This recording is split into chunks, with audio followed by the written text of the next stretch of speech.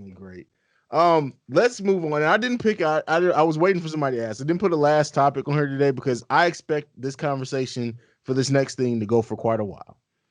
So the last topic for today, no third segment. Power Book 2 season finale.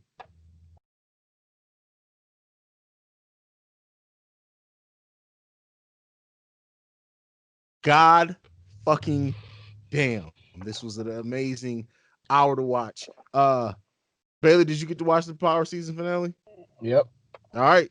I'm gonna come to you first on this one since you were out for a while. Baylor, what did you think about how this season ended? The Jabari is gone. This is what we all wanted, right? But this is one thing. The fact that Kane is still alive. I thought Kane was going to take out 2-Bit. Or 2-Bit was going to take out Kane. My Yeah, bad. I I did thought too. 2-Bit was going to take out Kane.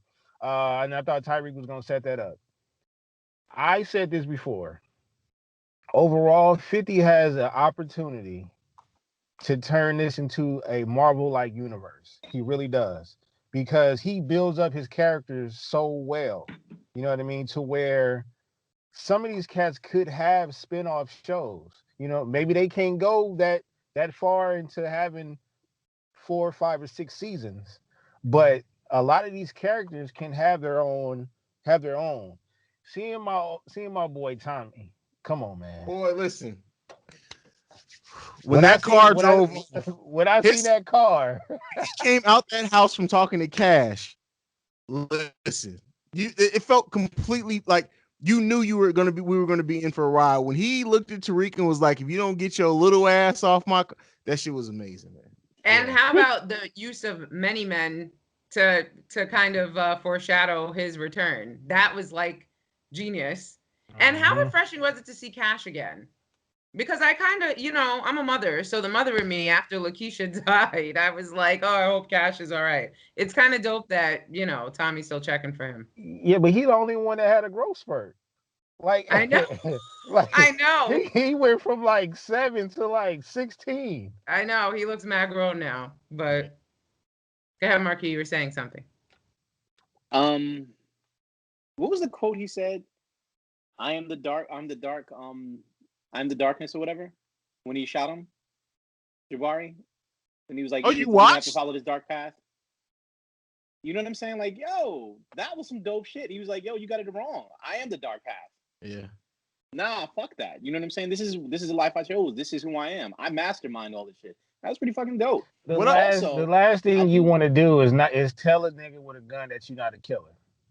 Oh yeah. You don't ever want to say that. But the thing is Jabari had been looking at this from the whole standpoint that Tariq got mixed up in some shit and over his head, not knowing that Tariq is the ringleader of all this shit. Yeah. But then I love how this because we talked about our very first review of the first episode. We said, and we even titled the episode, "Same Book, Different Chapter." The way that this ends, it does feel like it's a new book now. Everything's reset. Tommy's gone.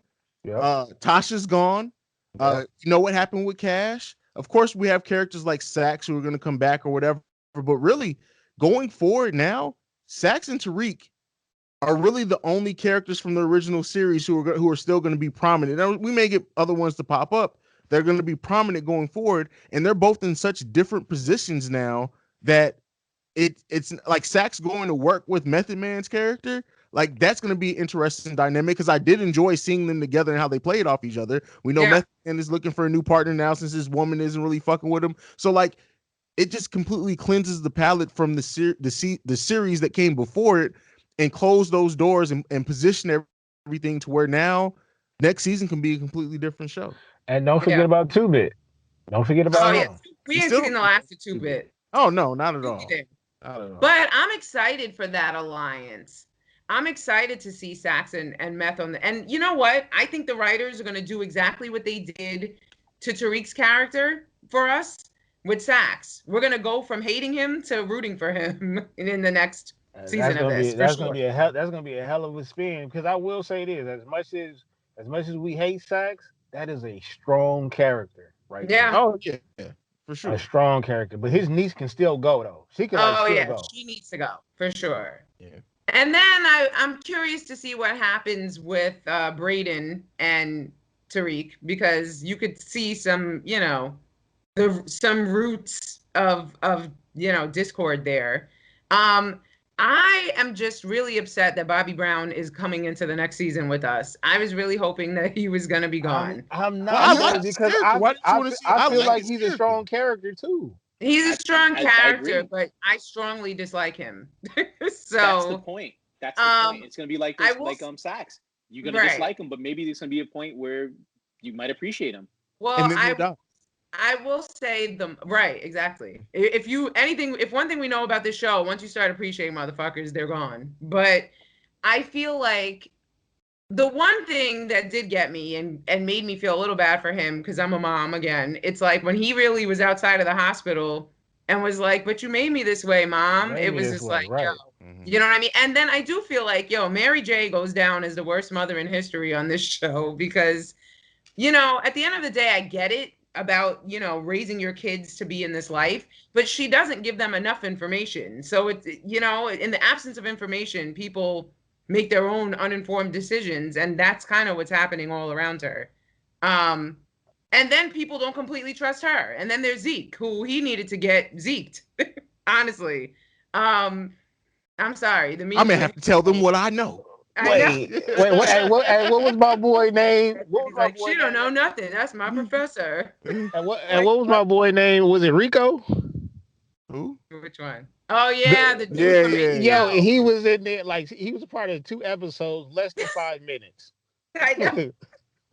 Yeah, I know. That was a, kind of.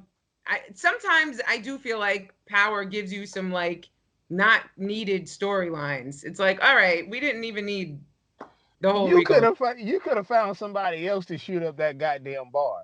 Right. You pulled him in for one scene, and then he Well, dies. I know, and now I'm also, again, same with Laz Alonso. Like, where he's been in all of 5 minutes of the last 2 episodes. But he's going to be in the next. He's Well, going he's to going to be. But In you it. know I think what? I The case is know, not but over let's yet. see what happens with him. What? The case is So not over he's yet. going to be. He's going to be the new main antagonist. I think if you from the law standpoint, because now that Sachs is working with Method Man and Laz Alonso's character is on the case, he's really They're going to going to be be the adversaries, you think? That'll be interesting. absolutely. But you know what though? I can't be a hypocrite. All right. So he gave a cat a chance to shine in the show. He did the same thing for K-Dot. K-Dot had all of 3 minutes. Yeah, I hated that 3 minutes too. You know what I mean? So it's Yeah, like the worst Dominican accent I've ever heard. But yeah. But I get it though. I wouldn't be surprised if he just have cats pop up every now and then. Like, don't get me wrong, it was an important role if you really think about the storyline. All right, some out of town cats that came to do some dirty work. I get that. You know what I mean? But like, bro, you gotta give him some more minutes. At least give him a full episode. I agree. I think that was a waste of a really good actor for sure. Yeah, because I thought was serious. I thought he was coming in. I thought he was coming in on like some dangerous shit. Mm-hmm. You know what I mean? Okay. But no, I thought he was gonna head up GTG, but okay. I don't know. So what do you think? I think Zeke is gonna have to get handled because the way that he's rolling around like a sick lost puppy, like, I don't know. Well, the moment he told Mary J. Blige, I may have to tell them what I know about the film. Like, I really thought that was fucking it for him. Exactly. Yeah. Exactly. It's like you don't tell somebody from the streets that you are thinking of snitching. Like, that's not, and you live to see another day. Yeah. So I don't know. Yeah. So, few things. Again, it's like a novella. The acting isn't great at all. The sex scenes are fucking ridiculous. I actually had to fast forward shit. I'm like, this isn't insane. Well, did anybody address? Yeah. Huh? Oh, even the game. Oh my god! Trust me, I'm the body parts. Did anybody pay attention to how Bobby Brown was just excited cutting up body parts and shit? Yeah, that was disturbing. Cool. That was disturbing. That's cool. People like, yeah, we listen to hip hop, we cutting up bodies. We good with this? Listen, if you go back and really rewatch from the beginning, that ain't shit compared to what Tommy's done. Oh yeah, yeah. Tommy is on a Tommy's whole new... a sick motherfucker. So hey, Tommy is Nas when it comes to chopping up bodies. Yeah. Oh shit, he's an artist. One of the things I appreciate that the director or the most of the directors and writers capture with these episodes. There's certain moments that stand still and the sound kind of stops. So, for instance, that scene where Tariq was on Tommy's car before he walked out, you kind of took a breath, like, holy shit. There's a transition about to happen here. You know he's on Tommy's car. You know that he knows Tommy's there. He's not afraid. There's something about to happen. There's going to be a conversation and engagement that is about to transpire. And whatever happens in this conversation, the outcome of all this is going to be catastrophic. So out of loyalty, Tommy won't put his hands on Tariq because that's just Italian loyalty. But I'm going to kill your moms. Now, for me, a nigga tell me you're going to kill my moms, guess what? You might have to go. But it seems like Tariq is becoming a mastermind. Much more like he said, as far as, I forgot the quote he said, well, ghosts don't die, but he's a more evolved ghost. He's becoming Kaiser Soze. You know what I mean? Conspiracy behind that. Yeah. A lot of people thinking that it might be that ghost that we think is gone is still there. Yeah. I still think Ghost is alive. I told you. I think Ghost is alive. I don't care what anybody say. They didn't do anything to convince me that he's dead. I think they left the door open I think Amari was ready to be done with the show. Yeah. Just by his interviews since then, it seems like he was also bored with the characters and the writers were bored with him. That's why this show's improved so much with the same team, just minus Ghost. But I think they do leave that door open because they know how much the fans love him. And for all intents and purposes, the 2 movies he's done since he's left have been fucking trash. So there's always a chance he may want to return for at least a season or something. Yeah. We'll act for a job. Yeah. I'd love to see him in some flashbacks, that's for sure, if nothing else. But yeah, let's see. I'm hyped. There's another blip. There's another blip though. So you know how I brought up the fact that Sax and his niece will just pop up at the right place at the right time. Mm-hmm. First of all, again, to Marquis' point, Tyreek he's a master chess player because he knew by even going there to talk to Tommy, he knew what was going to be said, and he knew he was going to still have to get off what he had to say. He knew he still had to protect his mom, even though he felt like he had to tell him, like, yo, we got to squash this. She's not going to tell on you, et cetera, et cetera. At the same time, because at this point, I don't know where Tasha is at. And I know Tommy is looking for her, but how? How does he find her? You know what I mean? How is he right there at the gravesite at the same time the fucking FBI shows up? Well, the FBI, Tariq called the FBI. Yeah, he called them. No. I get that. We know that. He called him. He set that up. But the thing is, how does that all come together at the same goddamn time? Because in a split second, if Tommy was real reckless, Tasha would have been dead. He already had the gun pointed at her. Yeah. I think that Tommy's spinoff will probably fill in some blanks. It has to, right? I think what Baylor's getting at is those blanks are hard to fill in because there's a lot of... So, yeah, recapping on that. He called somebody to meet me at the grave. Monet was there and the FBI was there. Who did he call? Well, clearly he arranged for both of them. It was Monet who he called. I think it's Monet. She wasn't there at the time. So there was another threat on your life. This is why he's here. That's why we have to get you out of here at the gravesite. Mm-hmm. I'm asking, how does Tommy know to get there? Because the streets know everything. And I think he knew that she would go to Raina's grave before leaving town. Like, that's a no-brainer. And that's my point. I get that, but all right. I mean, I know it's a TV show, but it's like, how would you? All right. I can't with you. No, I get it. I get it. It's still a TV show, but it's like, come on, man, we gotta do better. How did he know that? Yeah, like these niggas is perfect all the time. I mean, the thing is that they prove out of town. They prove with Tommy is that Tommy knows where to be. Like, I mean, just think about it. Like, that's what I'm saying. But at least show us, though. It's like he barely missed saving Ghost, and nobody knew where the fuck Ghost was. Like, I know. Well, I can kind of see. I can kind of see that because this nigga stayed at Truth, right? With no security. I don't know that. That I have an issue with. That's unrealistic. If you really are a kingpin like that, and you know you got enemies, and You're not going to just leave your door open and invite everyone in for a drink at your club. Like, unless he felt like he was that untouchable. Yeah. He thought he had the DNC at that point. No, whatever. Anyway, hype for what's to come for sure. So yeah, I caught up.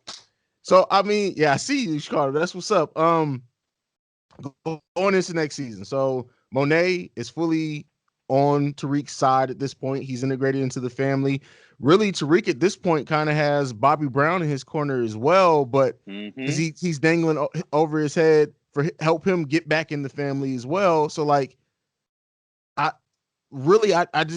gonna be interested to see like where the tension comes in at. If it's not just Laz Alonso's character, is it Kane's really still trying to kill Tariq, or he still wants to get Tariq out of there? What happens with Zeke? Everything right now it ended at a perfect place. We're getting Raising Kanan next, and then we're getting Tommy's, and then we're getting Power Books. We're literally gonna have Power all year fucking round at this point. Power, here for it. And the 2 previews for Raising Kanan looks great so far as well. Yes. Yep. Now they have 5 spinoffs. One of these has to fail. There's no way that all of these are gonna hit, right? We'll see. Which one you think not gonna hit? The one I was most excited for coming into this before this one aired was, I forgot the name of it, the one with Tate. Yeah. Okay. I think that one won't hit. I think that's the one that's not going to hit at this point. Just because every thread that they had that could have went into that one, they solved in this book. Yes. Everything's done. So, and I just hated Tate too. I'm with you on that. It's very questionable, but I don't know why I have this much faith in 50. I feel like this nigga is about to go like 6. Let's, because you say that a lot, bro. Let's put this into perspective.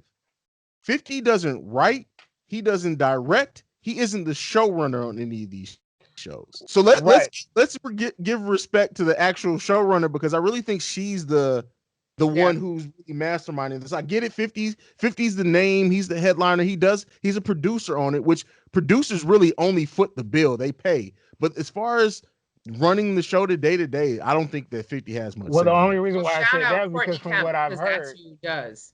Right. From what I've heard, there's been certain scenes that has actually been considered, real life. And he's an EP, so he does provide consulting. Yeah. It's beyond the money. One of the characters, Tate, I think it would have been really good if they had the political aspect of it right now, what's going on right now, and tied a lot of what's going on in politics to a corrupt politician. That would have made that hit hard.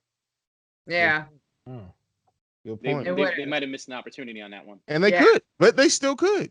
It doesn't, because everything that Tate was kind of wrapped up in the Power universe is done. So they could absolutely make it more real life and dig into what's going on in the culture right now. Yep. Yeah, I mean, they're kind of doing that in For Life, though. True. I mean, which we'll, I guess, talk about it. Look, I ain't there yet. All right, one show at a time. All right, let me catch up. I know, but disclaimer: they are doing that in For Life. Okay. So, but For Life is in Power. The way they're creating Power, they're trying to build around specific characters. The opportunity for this political figure would have been perfect. And I can honestly, For Life definitely crazy? Built around. It's kind of similarly built, actually. You want to hear something crazy? I can actually see a spinoff with Method and that other attorney, as an attorney show. Oh, sad. Like a Lord. That's For Life, though. For Life's an attorney. That would be For Life. But like you all called it, For Life only has 3 seasons. So. Nah, I don't see Meth and Sax having more than that either, and I don't think it would be competing with its own. I don't know. If what's the show prequel to Breaking Bad? Better Call Saul. If they can pull 6 seasons out of that, they can pull 6 seasons out of this. I don't know. Like Haize said, we have a lot of power right now. That's like exhaustion. You don't want to exhaust the audience. I think other characters would be ahead of them too. Mm-hmm. Yeah. This is what I'm saying. My last point. What they've done, and Baylor, you touched on this. they created their own Marvel universe. They can do whatever they want if they keep the characters interesting with all these different chapters. So they could actually create a whole law show based on those two. And the same way they can go into an political direction with Tate. They can do whatever the fuck they want to do if they do it intelligently. They can bring real life things that are going right now and tie all these characters into that universe. You're gonna have to hire them cats over there with How to Get Away with Murder. You mean Kinda. her? You mean her? The goddess. And again, she just did Bridgerton, so there's that. She can do whatever the fuck she want to do. Yes. Yeah, that too. I don't think she's ever had anything that failed. No. No, she can do no wrong to me. So I mean, she has the green light at Netflix. Like at this point, they'll give her the money to do whatever the fuck she wants to do. Yeah. Anyway, we're going in some real circles now, though. This is for the culture. Yeah, this is real shit, though. Like, think about the conversation we're having about the power that we have, though. With the direction the show is, it's not about the ignorant black person. But they're already pretty much the same team that's doing Power is behind for life, and they're doing a law show. That's tying into and I wonder if that's why the only Power spinoff that we don't have a release date for is the Tate Show. Yeah. So I wonder if, because we said For Life only has 3 seasons, if we don't get an announcement of that until the final season of For Life is announced. Yeah. Possible. So we'll see. We'll see. Alrighty.